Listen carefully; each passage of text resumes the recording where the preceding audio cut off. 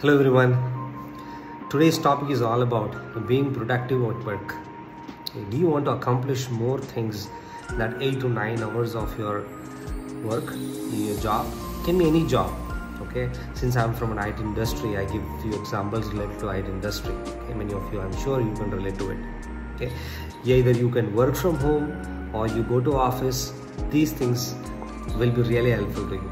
Okay. First thing is about when you open up, when the day starts, right, your morning, spend for learning. It can be, what I'm saying is once you reach office, right, learn new tech or learn new concepts or new skills or new tools that can enhance your day-to-day work. See things, if certain things can be automated. Learn new things, especially with an action. Okay, you have to practice it, you have to do something, right? And not just going through some magazines, some blogs, and random stuff. So we'll learn things, but we would not know how to implement it, correct? So doing it in action is very important, right? So spend at least 30 to 40 minutes in a day starting with this learning, right? And the most important thing is do not check your email or open your chat box until you finish this learning. Okay, it is so important because your time just flies when we start checking our emails, right? And list down, right? Once the learning is done, list down list of work to be done for that particular day. Prioritize it, right? So you would know that, like, what are the top 1 or 2 things on that day. Some examples can be you want to reply to a client, okay, this is very important, or you want to confirm certain order, or certain releases are happening and you want to make sure certain checklists are taken care of. So those are some of the top priorities. So spend your time. I would say almost 80% of your that day's time has to go in that, right? And this is funny, but it's so important. The tea and coffee breaks, okay? Make sure you take 10 to 15 minutes when you do it twice in a day, right? Generally what happens is that we go there, we just use our mobile phone, or we just have like kind of a talks, which is like kind of a politics, a news.